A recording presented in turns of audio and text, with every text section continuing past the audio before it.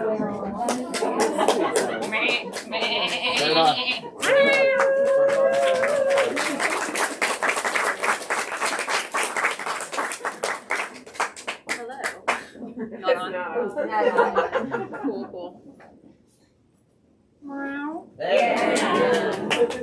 Hello.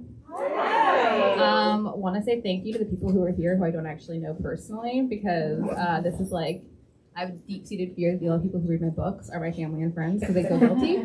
So this is great. Hi, welcome.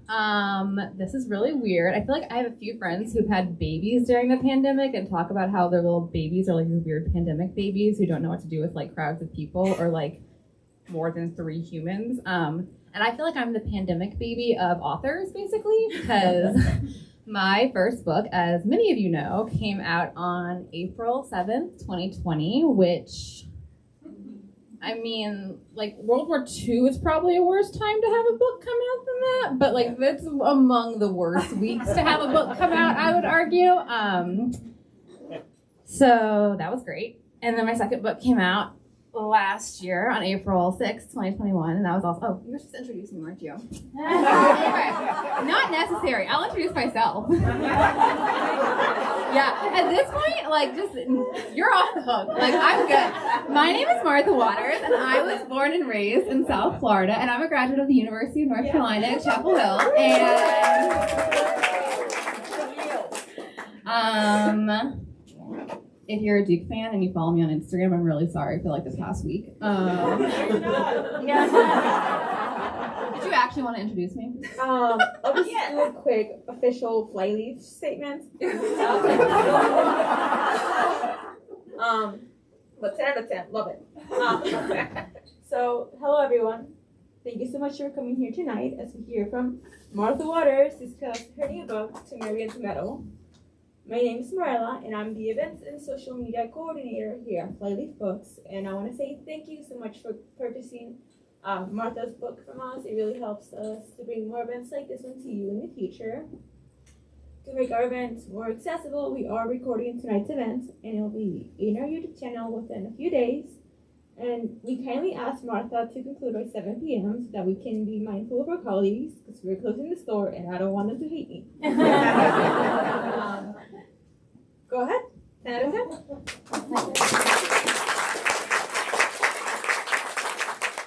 So as discussed, I've never done an in-person book event before, which, can you tell? And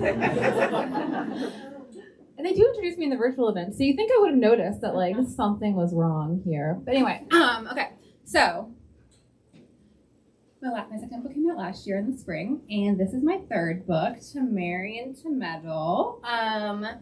And all 3 of these books are set in the same universe. People call it a series, and I prefer to call them linked standalones because you don't actually need to read them in order.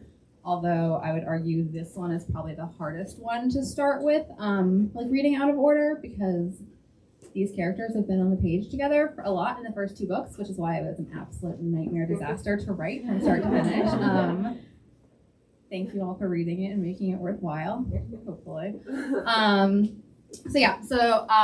These books are all Regency rom-coms. I'm very grateful for the existence of the Bridgerton TV show because I feel like it makes it a lot easier to explain like what the vibe of my books is.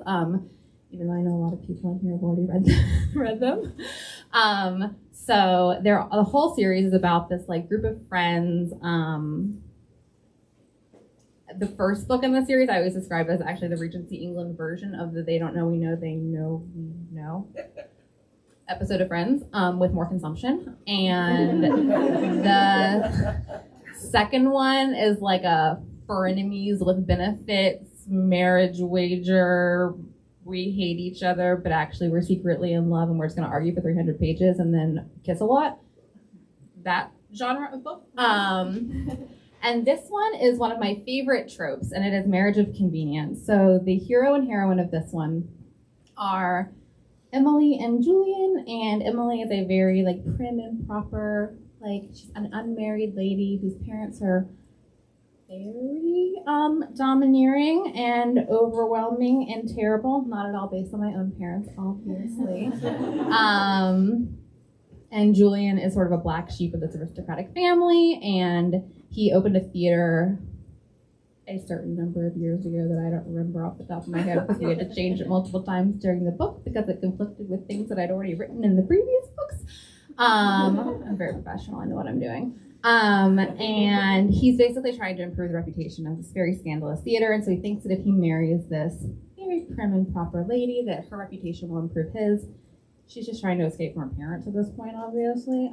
So they get married, and they're like not going to have any feelings, because that's always how these things work out in romance novels. And then they adopt a kitten, and obviously, the kitten is the most meaningful thing that has ever happened to them, and it shows them the beauty of their love, and then that's the entire book, is that. It's not actually that, but the kitten's a monster, based on a real cat. People always ask me if characters in my books are like based on friends and family, and I'm like, absolutely not. No one I know is that interesting, unfortunately. But Not even your mother. Not even my mother. But the kitten is based on a real kitten. So I started writing this book in May 2020 when, around the same time, a friend's friend found an abandoned kitten in his yard, and I was like, you cannot take that precious angel to the shelter. I will take it. And then convince my poor unsuspecting mother to adopt this kitten, which she did because she's a sucker. And this kitten is actually in real life named Giblet, but she briefly pondered changing his name to Cecil. So I named the kitten in the book Cecil in honor of his real life inspiration. And I feel like the whole experience of writing this book, as is true for a lot of authors writing during the pandemic, because it was just so terrible. I wanted to fling myself off a cliff. Many of my former coworkers are here, and they can attest to the fact that I would show up to work and they'd be like, how's the writing going? And I was like, horrible. I quit. I'm leaving. Like, everything is awful. I'm going to die. Please stop talking to me. Please don't ask me to do anything. For like 10 months straight, basically. I wrote 10 first drafts of this book, which I take a few drafts usually before I can turn something into my editor, but like 10 is more than I would prefer to write generally. And it sounds insane, but I really feel like the kitten was the key to me like finding my way through this book and really like coming to enjoy it, because I sent it to my editor and I was like, so here's the book. I'm really sorry you have to read this. Like, Godspeed, I hope they're paying you a lot. Also, there's a cat in it, and like I think there's probably like we need to cut the cat. Like, this is not working. I mean, it's it has nothing to do with the plot. It is just totally self-indulgent. It's fine. You can break it to me. Like, we can get rid of the cat. And she read the book and got back to me a few weeks later and said, so I think you need to put more of the cat in the book. And I was like, cool, great. Like, this is wonderful. I can do that. I can definitely add more cat. So I did. And honestly, it just, like, possibly insulting number of people have told me that the cat is their favorite part of the book. And I'm like, it's actually not about a cat. It's about two people falling in love. And they're like, I mean, yeah, but it's like really about the cat. Which is fair. He would agree. The cat would agree. So if you're here to read a romance novel, like, I mean, I don't know, it's fine. But if you're here to read a book about a cat, then like you are in the right spot. I am so happy to have a book to share with you. So yeah. It's a book about a cat and it's a romance novel. This book was a challenge to write, as I have mentioned multiple times already. We should play a drinking game. How many times can I talk about how much I hated writing this book in like a 1 hour window? Anyone have like shots? It was, I'm just kidding. I am waiting for an answer. No. It was really a challenge to write because the characters have been on page together a lot in the first two books, and the most challenging thing of writing a romance series is trying to make sure that your readers feel invested in like the larger fictional universe and want to like, they finish one book and want to either read the next one, or if they haven't read the earlier ones, they want to go back and read them because they feel so invested in the side characters. But you also want to make sure that the book works by itself completely, and so that was something I really struggled with in writing this one. The way the book hurt me. I'm not going to write it again. They can't make me. The way the book finally turned out is it begins right when the second book, To Love and To Live, ends, and they're all at a country house party, and it's like, hey, let's get married. Like, why not? And they go back to London, and the whole sort of main action of the book takes place in London, where Julian's working at his theater, and Emily sort of wants to get involved there, and it's a lot of back and forth. The things I love about marriage of convenience romances is like taking two people who don't know each other very well and forcing them into very close proximity and just sort of seeing how they react to it, essentially. So that's how the book ended up being when my editor told me that my original idea was like not a book she was going to buy. Originally, it was going to be a road trip romance where they got married in the countryside and then took to the carriage and like fled all across England in pursuit of this like fleeing actress. And then they got stranded in a village where the village children were putting on some sort of like amateur theatrical production. And then they had to stay because Julian like owns a theater, so he's obviously like the most qualified person. And they have to help the tiny chubby English village children put on their little production. And like, I'm sorry, listen. I'm sure I could have written that book. I don't actually like children and romance novels very much. Like, I like kids. They're cute. I'm a children's librarian. They're fun. I have many children near and dear to my heart. I don't like them in my romance novels. The only children I've really been like strongly pro in a romance novel is in there's a recent Tessa Dare book. She writes some of my favorite Regency romances, and she wrote a book, The Governess Game, I believe is the one, where the children are really morbid and keep killing off their dolls with deadly diseases and then having like doll funerals. That's the only context in which I'm interested in reading children in a romance novel, honestly, if they're weird little creepy ghoul children.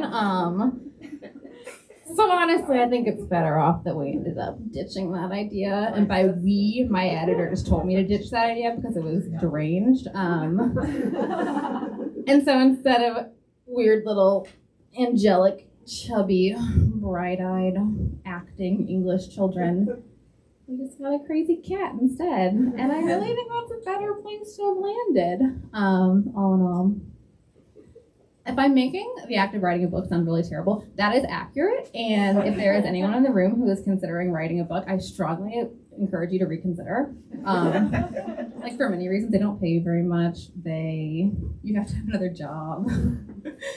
It's not fun to write a book. It's not fun to revise a book. It's not even that much fun to like launch a book, honestly. It's like occasionally you get like 3 seconds of joy when like you write a really good line and you're like, oh, I'm actually a hilarious genius and I'm so glad that like the world will get to appreciate this.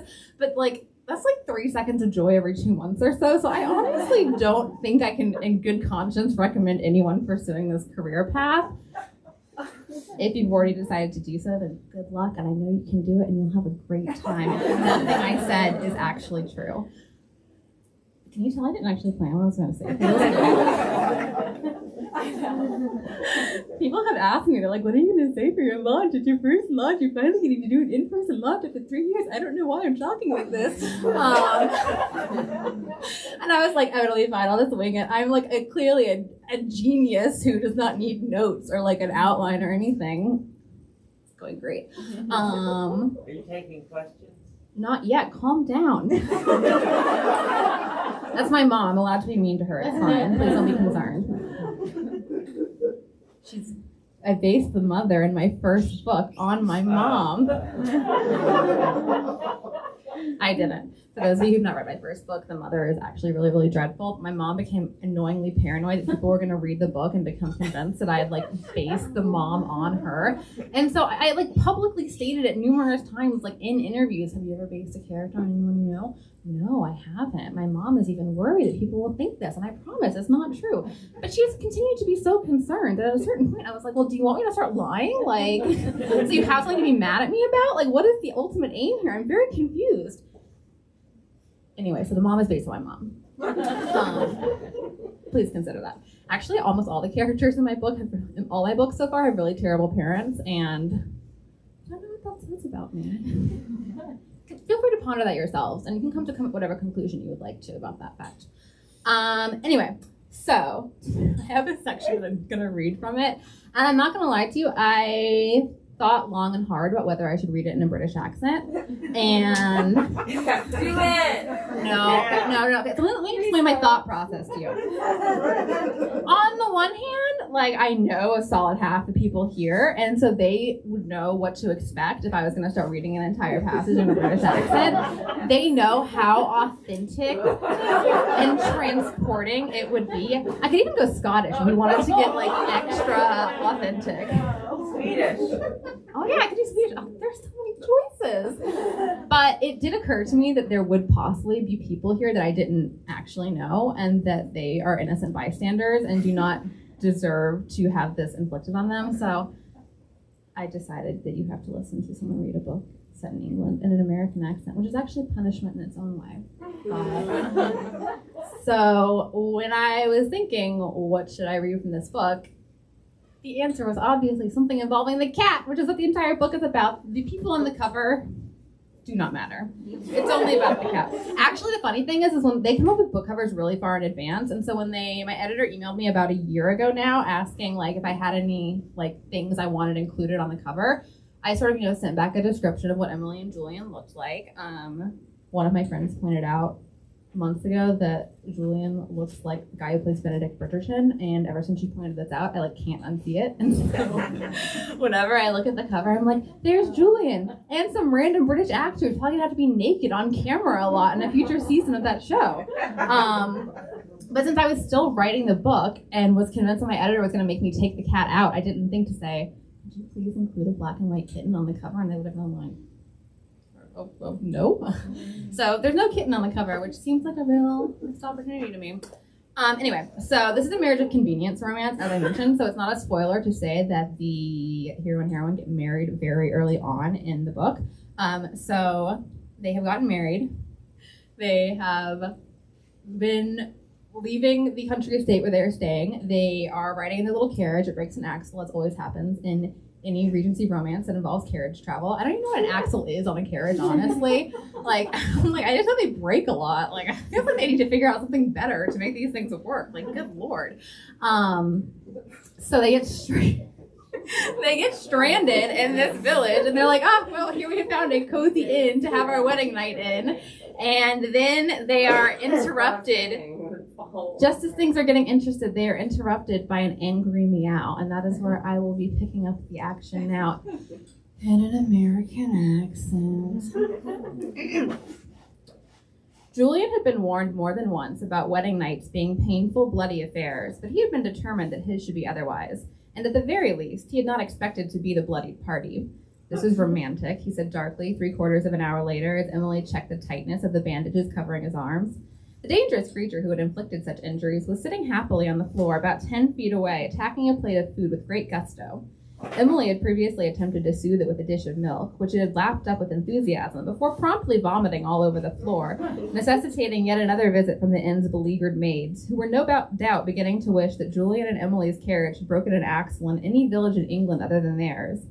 They had already been summoned when, once Julian had managed to extract his flesh from the creature's claws, he and Emily had retreated far enough from the bed to realize that the hissing, spitting, fluffy demon was, in fact, a rather hungry kitten. The maids and the innkeeper all professed their ignorance of the creature's origins, claiming that they did not recognize it as the offspring of any of the resident barn cats.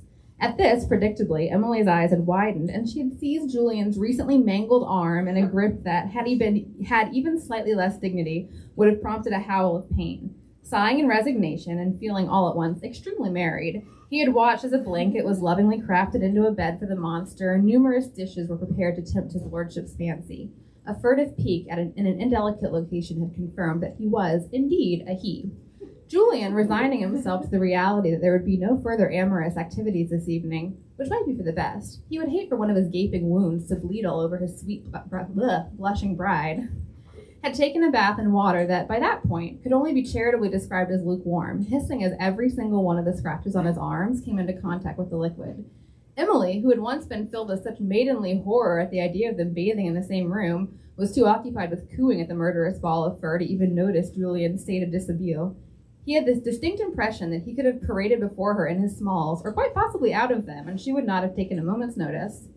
Once he had washed off the dust from their unexpected horseback ride and ensured that none of his scratches was actively bleeding, He'd pulled on his shirt and breeches, and she'd bestirred herself enough to see to the bandaging of his wounds. Marmalade, she said, checking his final bandage and then perching on the edge of his armchair. I beg your pardon? For a name, she clarified, looking down at him. For the kitten. Ah, I was thinking Beelzebub. Julian. She swatted at his arm, though she did so gently enough that it was really more of a pat than anything else. Lucifer? He suggested.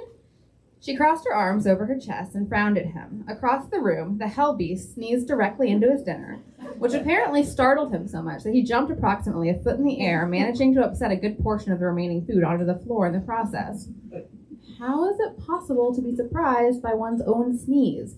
Julian wondered aloud as Emily rushed over to mop up the mess, cooing platitudes at Beelzebub Lucifer all the while. Are you certain he didn't sustain some sort of mental damage during our tussle on the sheets? Which was decidedly not the sort of tussle on the sheets he had envisioned for this evening. Shh, she said, then whispered to the demon. You're perfectly intelligent, aren't you, Marmalade? You can't call him Marmalade, Julian objected. Even if you won't agree to my perfectly brilliant names, you've got to come up with something else. He's not orange. Fine, Emily conceded, staring down at the kitten. He had seemingly completed his dinner at last and was now arching his back in an exaggerated stretch. Emily reached out a finger to gently scratch him behind the ears, and a sound began to emerge from the creature that after a moment Julian identified as a purr. Look, he likes me already, Emily said, giving Julian a watery-eyed smile. I like you, Julian grumbled, and yet I've never seen you get quite so excited about it. You are not this adorable, Emily said. She looked back down at the kitten, stroking a finger down the length of his spine, smiling as he arched his back under her touch, the purring growing louder.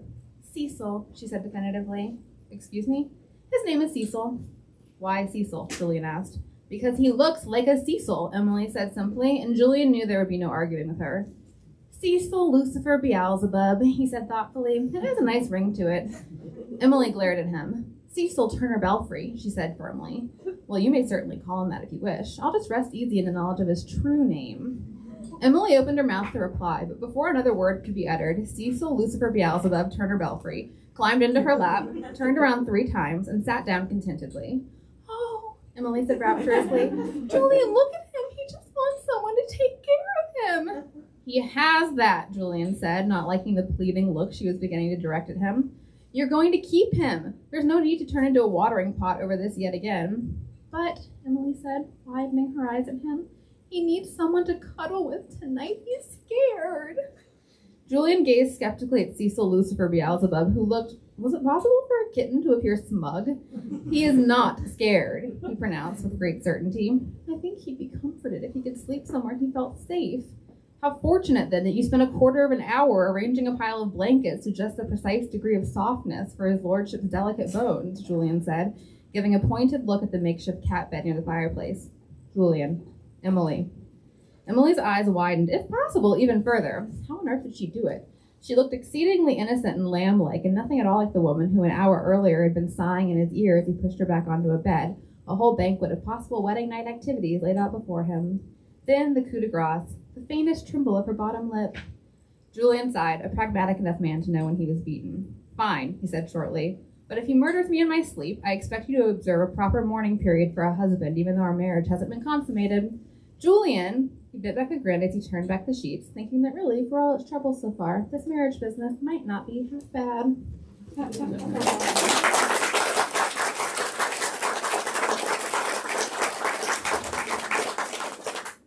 So, yesterday I was at my mom's house where Giblet, aka Cecil, lives, and I was like, oh, what a wonderful opportunity to take a cute picture of me with this precious angelic baby and my beautiful book, my finished copy.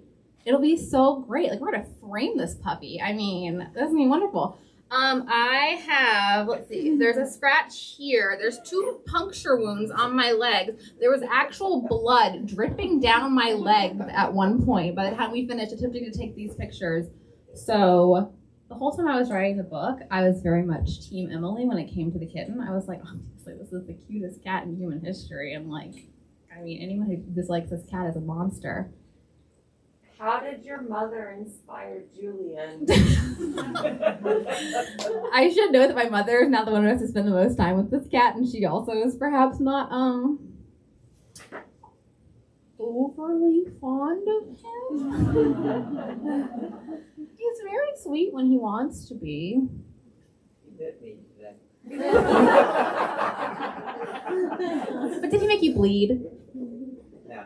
See? Only every other day does he do that. So anyway, I'm now possibly Team Julian, honestly. I was like scratched up to hell yesterday. So don't try to take pictures of cats with books. Do write romance novels about cats, apparently. Rephrase that. Could be a new spin-off of Cats, the musical, the film. Oh my god, no. The greatest cinematic experience of my life. Yeah. So does anyone have any questions for me? I don't know how you could possibly have questions when I clearly have given such a comprehensive, thoughtful, coherent, well-reasoned, and intelligent look inside the artistic process. Like, I don't see how there's anything that I didn't cover, but yeah, if anyone has questions, I'm happy to answer them. Mom. Would you like to read an excerpt from your 10th grade writing award, the youngest ever person to read the Florida Council of Teachers of English writing award? I think she would. I were in 10th grade. Nobody in 10th grade had ever won it. No, no one in 10th grade won it that year. I was the youngest person that year. That's not what Dr. Lavin said. I don't like to think of myself as being a terribly melodramatic person, but I would rather So good. I'll read light it. myself on fire and then jump off a roof than read that. So It's okay, You want me to Mom's read gonna read I it. don't think I want that either. Does anyone else have a question? Anybody?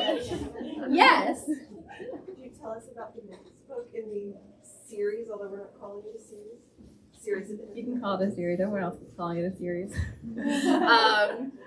So the next book is To Swoon and to Spar. Do not ask me how many titles we floated before we landed on that one. It was 20 at least. My sister suggested we call it In Haunting and in Health, and I really liked that one, but the sales team at my publisher thought that people would be confused if they thought that I stopped writing a rom-com series midway through and suddenly started writing about like kind of like supernatural thriller instead. So the next book is probably the one I think out of the whole series that'll stand alone from the rest the easiest, because the heroine of it is a new character actually. So the hero is Penvale, who is the brother of Diana, the heroine of To Love and to Loathe, and like the best friend of Jeremy and James, the heroes of the first two books. And basically he spent his entire life trying to like raise enough money through gambling to buy back his ancestral home, because his dad died when he was fairly young, and the estate was unentailed from the title, so he inherited the title, but the estate was sold to cover the death duties. A very Downton Abbey type storyline. Everyone suddenly becomes an expert in English tax and inheritance law thanks to Downton Abbey. So he finally, like, his uncle is the one who ended up buying the estate when his elder brother passed on. And the uncle's like terrible. And so he comes to Penvale at the beginning of the next book and says that he'll sell the house back to him if he marries this ward that he's gotten stuck with. When I pitched this book to my agent, I felt like I had to clarify that the ward was like 20 and not like an 8-year-old. Because it sounds creepy. So yeah, she is an adult. But he just like needs to get her off his hands, and I was like, fine, you can have your house back if you'll just marry this girl, so I don't have to like live with her anymore because I don't want to like this. And Penvale's like, I mean, I would like to actually meet her to make sure she's willing. And so they meet, and he's like, and she's willing. And he's like, okay, sure, fine, whatever. I have to get married at some point. I've got a title, blah, blah, blah. So they get married, and they go in a little carriage. No axles are broken in this one. It's a true miracle. They go to Cornwall, land of sea cliffs and romantic, moody, foggy days. And they have this beautiful, like, stone manor house perched right on the cliff overlooking the ocean. And Penvale's like, oh, this is so great. Got this wife, she'll be no trouble. Got my house, everything's fine. And within a few days, he realizes that his house appears to be like lightly haunted. I wouldn't say it's like heavily haunted. Like people don't seem to be like fearing for their lives. Just like lightly haunted. You know, so I'm like, ooh, during the night. I did try to include a fake baby corpse in it, and my agent told me I had to take it out because she thought there was a limit to what you could include in a romantic comedy, and she thought that she found the words baby corpse to be really disturbing. And I was like, but I mean, it's just like, I mean, it's not a real baby corpse. It's a doll drenched in pig's blood, because that's what everyone does in books. They like murder a pig and there's like frozen blood over the thing that they want to convince people that the thing is dead. And she's like, is that what people do? So I had to take out the fake baby corpse, which I will say that the more times I wrote it, the more I was like, this might be too far. I don't know. This is a little weird. So now there's just a bloody christening gown, just a few drops of blood on it, which I think gets at the same idea. We'll see if my editor makes me take that out. Yeah. So anyway, his house is haunted. Not ideal, but like you can live with it. And then he slowly comes to realize that, which is very apparent to the reader from the beginning, because they're inside the heroine's head as well, that the wife is the one doing the haunting because she doesn't want to be stuck with this random dude that she was forced to get married to, and she just wants some peace and quiet and like live in this nice little house on the coast. So she's going to haunt the house until he gets freaked out and goes back to London and leaves her alone. And that's the premise of the book. I'm not finished writing it yet. It is due in like 3 weeks, so wish me luck. It's so far been a lot easier to write than To Marry, to Meddle, which is not actually saying that much, but it's felt like really great by comparison, even including the baby corpses. So tune in this time next year to see if I sneak a baby corpse back into the final book, because no romantic comedy is complete without a dead baby. Yes. Hello. She's asking questions. So, how many will that be in the series? There's going to be 5 total. So there'll be the 4th one next, and then the year after that, there'll be the 5th one, which is about West and Sophie, who are, yes, I know, who are, it's a sort of second chance romance about these 2 characters who've sort of been in the background for the entire series. There's a lot of history there. I know what the existing history is. Like, I have it very clearly in my mind and have had it since the first book. I don't actually know what their book is going to be about. I have so many ideas for it that I feel overwhelmed with the thought of writing it. I scheduled a meeting with my agent a couple weeks ago where I was like, I would really like to talk about what I'm going to write after this series. Like, I have so many ideas. Can we like brainstorm? And she's like, I mean, I'm happy to talk, but you do realize, like, you don't have a plot for the 5th book in this series yet. Are you just doing this to distract me so I don't notice that you don't have a plot for the 5th book? And I was like, yes, I am. But yeah, so there's going to be 5 total, and then I'm going to be done with this fictional universe. I've been like, when I write in new characters in the past couple of books, I've been careful to make them be married so I don't feel tempted to like add another book, because I originally, when I first started writing the series, like before it ever got published, I intended it to be 3 books, and by the time I had finished the first book and was trying to get an agent for it, I queried it as first in a planned trilogy, but then as soon as my agent signed with me, I was like, so by the way, I don't actually want this to be a trilogy. I want it to be 5 books. Please don't get mad at me. And she was like, okay, well, we'll see. But it's worked out. So yeah, 5 total. Yes. Do you anticipate writing West's book to be as complicated as writing this book, since they've been in the background? There's a reason I wanted to write that one last, and I wanted a break from writing complicated books after this one. I was originally planning on writing West and Sophie's book next, and then I got the idea for the haunted house book for Pinvale, and part of it was like, oh, this is a really like fun premise for a book, and part of it was, oh, thank God I get a break before I have to write West and Sophie's book. So yeah, I'm going to have to, I can't actually reread my books once they get published because the thought makes me want to die, because I can't change anything about it, but I'm going to name search West and Sophie in like the ebook version for the first 3 books, so I can write down like in a notebook every single time they've been on page together and every single like biographical fact I have given about them, so that I know where I am when I start before I start trying to come up with a plot, because I turned in To Marry and to Meddle, and my editor was like, I really hate to do this to you, but like right from the outset in the prologue, you have something that completely contradicts something you said in an earlier book, and I was like, cool, this is going well already. So I'm trying to avoid that. I feel like I learned some lessons this time. but I was very happy to kick that can down the road a little further by writing another book before it, because it's gonna be hard. And I feel like the last book was a lot of pressure, especially with the characters. Like, people keep asking if I'm gonna write a book for them, and I'm like, yes, but please don't have high expectations because it might be really bad. So, just assume it's gonna be like trash, and then you'll be happily surprised. Wow, they should really let me do like all my own marketing. Like, I don't know why they pay people my publisher to do this. Clearly, I should be doing it. Yes. How did the Regency period, what attracted you to that? I know you traveled to Spain, but I don't know if you've gone to England.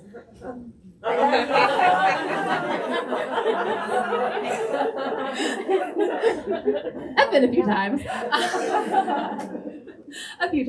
I studied abroad there, and I've been 3 or 4 other times since then.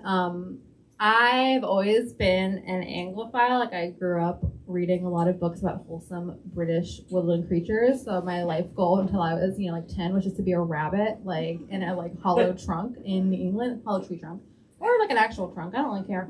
I'm not picky. Anything to get me there. I just want to be a rabbit in an apron, like in the English countryside. Maybe that was my next book. Anyways, so once I got over my rabbit dreams, I started reading Jane Austen, and then of course, I feel like Jane Austen is like a lot of people's kind of gateway to the Regency. And then I watched so many British period pieces that Netflix was like my number one category. Netflix was that romantic British period piece with a strong female lead. Which is actually horrifying, and our tech overlords are going to kill us all eventually. But I watched a lot of stuff. And when I was in college, I started reading Georgette Heyer's Regency romances, and people always compare the Regency genre to Jane Austen, which I don't think is totally accurate, because the true grandmother of what a Regency romance is today is Georgette Heyer, who was writing back in the 30s. I was like, I knew it was 30s. I was like, it's the 20s and 30s? Is it 30s and 40s? 30s-ish. And a lot of the things that we think of when we think of a Regency romance, a lot of the rules that current romance authors play by date back to Heyer, for better and for worse. She was a real stickler, she claimed, for historical accuracy, and she did do a lot of research, but also her books were kind of racist and anti-Semitic and everything, because she was writing in the 1930s, and so a lot of the kind of problematic things about historical romances today, how white the genre is, how much people think that there just weren't any people of color in Regency England at all, which is not true. A lot of that dates back to Georgette Heyer, but also I really love her books. And so she was kind of my gateway to true Regency romances. And then when I was in library school, I took a class where we had to read a romance 1 week, and I read a Julia Quinn book on Karen's recommendation, and then I was hooked, and I read all of the Bridgerton books and her entire backlist in 2 months, and then I read 200 romance novels over the course of a year or so, and then I was like, I'm gonna write one of these myself, and here we are. I mean, it took more work than that, but yeah, I don't know. So from a rabbit to a romance author, essentially, it's that pipeline. Yes. So Julian owns a theater. Is theater also a part of your life, or did you have any type of formative experiences there? When I was 14, I wanted to be on the school newspaper, as my elective, but newspaper was full, and so then they're using another elective, and the one that was open, because no one wanted to do it, was musical theater. So I took 1 year of musical theater in high school, and we did have to perform. We didn't just sing. We just had to act something out, and I think it is safe to say that I do not have a future on the stage. And also, we had to watch a lot of musicals, and I was I came away from it mildly traumatized, honestly. They're weird. Weird stuff happens. Sweeney Todd, sure, that's murdering people and you're eating them in your pie. That's ghoulish, but I can tolerate that. And then we watched the Little Shop of Horrors, which is just 14-year-old me was I don't like this. I don't like anything that's happening. So actually, I would say that I'm very opposed to theater generally. But whenever people ask me, I'm oh, do you have a theater background? Do you know a lot about it? No. I had to read a whole book about the history of British theater, which was actually really interesting. But then when I was in one of my 12 attempts at drafting this book, I got a little in the weeds on it, and I had this whole plot point where Julian was gonna try to like overturn the entire patent theater system, which is the one that did eventually get over. I'm not. This is too much history. No one cares. Anyway, I got to where I was like, he's gonna petition Parliament, and then he's gonna overturn this law. And it actually happened 30 years later in real life. And I'm just gonna write this like alt history for my hero being like an advocate for blah blah blah blah. But this is getting really stressful. Like, this is gonna be a lot of research. Now I need to like look into who the major politicians were in the day and like how does one actually petition Parliament? Like, what is he doing? Blah blah blah. My agent was like, you don't actually have to do this if you don't want to. And I was like, okay, I think that's true. Let's not do this. So yeah.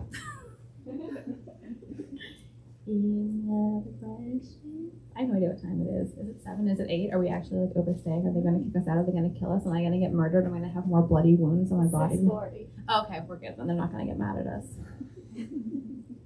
My Aw. question was, and you touched it in the question that I interrupted, but it was the character of Sophie. Mhm. She appeared in To Heaven to Hoax and like just sucked me right in. I know. So, You keep asking about her.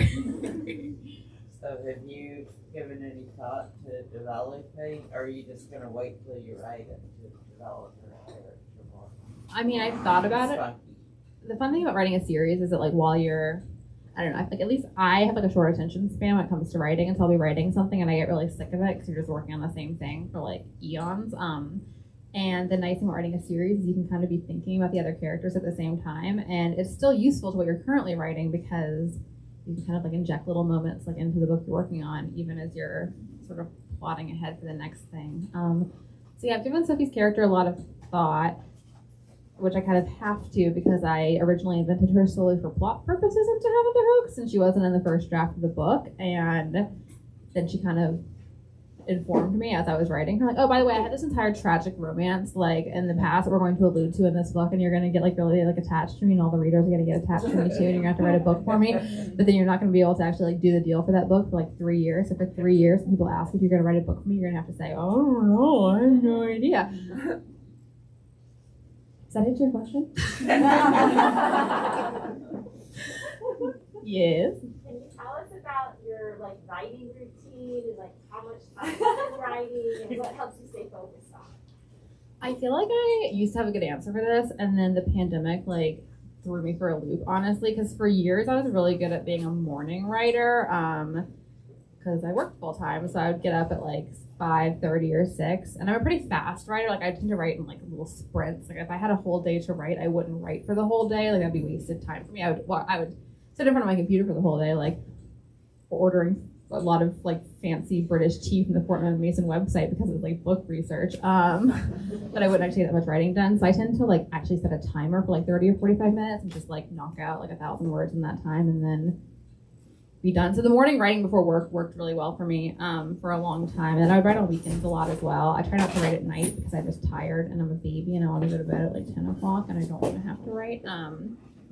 And the pandemic came along, and being home all the time was like not ideal because I felt so like not creative and not inspired. So I got to where I would try to write in the mornings, and I wasn't having very much luck with it because I didn't want to do it, and I didn't want to do anything because life is terrible, and we're just trapped inside our homes. And I was just staring at my cat a lot. So then I got to where I think it made me get better at writing. Like whenever I got a chance to, if I was feeling inspired, I would just like sit down and like set a timer for 10 minutes even because my attention span was totally shot. And usually after 10 minutes, I would want to keep going. These days I don't work full time anymore. I only work 4 days a week, for like 3.5. So I tend to write a lot on Mondays and Tuesdays. I try to write in the mornings. If I like put it off till the afternoon, it doesn't tend to go as well for me. So I try to write a lot before noon, or at least start writing before noon on Mondays and Tuesdays. And I write on Thursday afternoons. And I've been trying to not force myself to write before work the other days of the week, but currently I'm just writing every day because I have a book to turn in 3 weeks and it's not done. I love doing in-person events because my editor watches all my virtual events, so she can't watch this. Like, she's in New York. Like, for all she knows, I'm like, she's not watching now, so she can watch it later. But yeah, so I can do whatever I want. Yeah, the book is not remotely done. So I'm just like writing like every day, like mildly trying not to panic. yeah, I admire authors who have really good writing routines. That used to be me. That's not me anymore. It's just all, I'm a little chaos monkey over here now. Yeah. So with that writing process, do you have like an outline? Do you think about it beforehand, or you just kind of like just write by the seat of your pants and see what happens?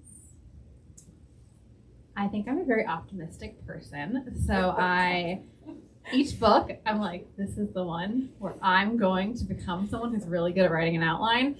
The problem is you're bored writing outlines. It's like all the like not fun part of writing. Like you just figure out what happens. You don't get to do any like the fun part where they're just talking to each other. It's just like little bullet points, and I was like, and they go here, and then this happens. So I usually write like half an outline, and I'm like, well, that's enough to get started with. I'll finish the rest as I go, and then I don't finish the rest as I go. So the first part of my book is like really tight and like well plotted, and we get midway through, and it's like, wow, why is this suddenly so much more difficult? Like I really don't feel like I know what's happening at all because I don't have an outline anymore. To Swoon and to Spar, I actually forced myself to do an entire outline for. I had to do a synopsis anyways because I sold it to my editor only based on like 4 chapters of it.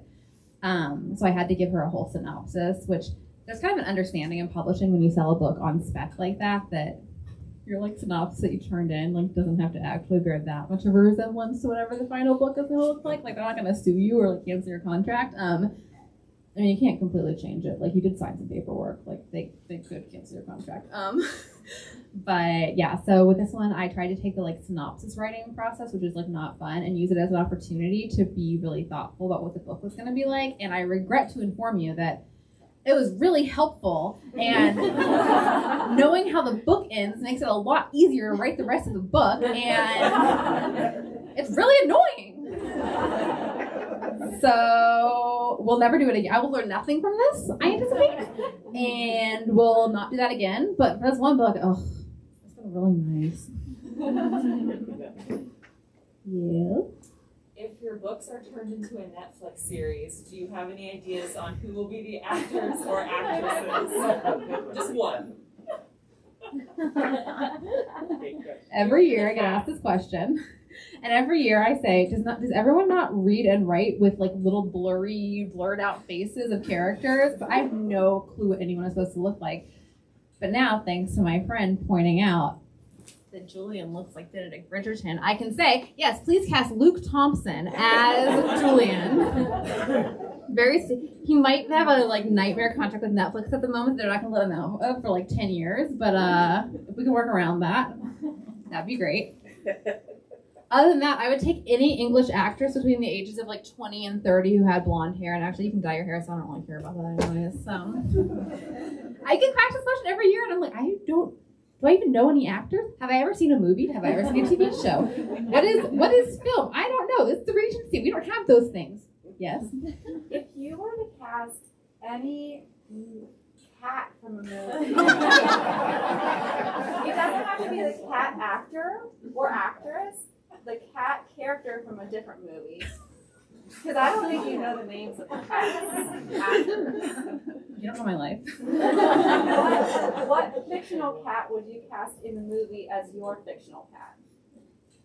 Oh, a fictional cat. Oh, yeah. No, we already know who the real cat is. Were you not even listening to the question? The musical. No, definitely not from Cat. Creepy human hands. Or the cat. So you can keep the royalties. Oh, that's true. Ooh, I could turn Puffin into a child actor. No, the cat is it? What's the deal with Hocus? What's the deal with the cat in Hocus Pocus? Isn't it like a person? Yeah, I would like the cat from Hocus Pocus that is actually a person from like the 1600s in the Salem witch trials. I would like that cat to be Cecil. Yeah, I think you would really appreciate the sort of like historical vibe, you know, like it would really relate to it. So I think that's the correct answer here. Yeah. And I think you had a question in the back too. Question? Yes. Just speaking of excellent side characters, will Lady Helen get some resolution? People ask me this a lot. I'm not planning to write a book for her, but my so Lady Helen is a side character who seems really dreadful in the second book. Spoiler alert, is not actually dreadful. My headcanon for her, I do not plan to write a book, is that she is successful and she and her maid are off living in some little English cottage in the countryside. I keep thinking I need to figure out a way to like write her, like a mention of this, like, oh yeah, her brother just literally have a cottage in the country or whatever, like in one of the future books, but I haven't figured out a way to like work it naturally into conversation yet in the fourth book. But yes, I will not write a book for her, but I do believe that she's very happy with her maid someday. Yeah.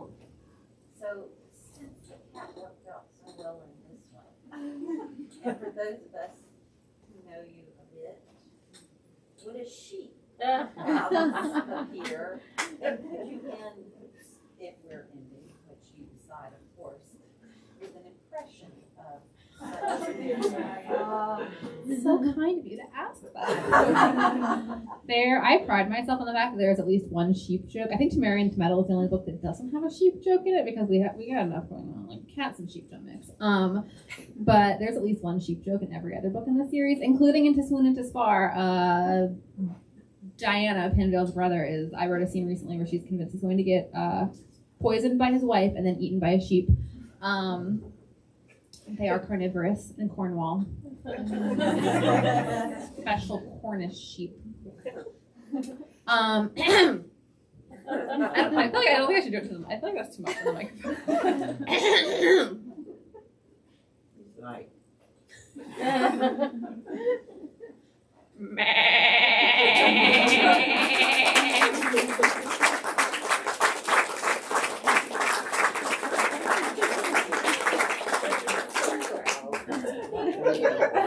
It's my only marketable skill, honestly.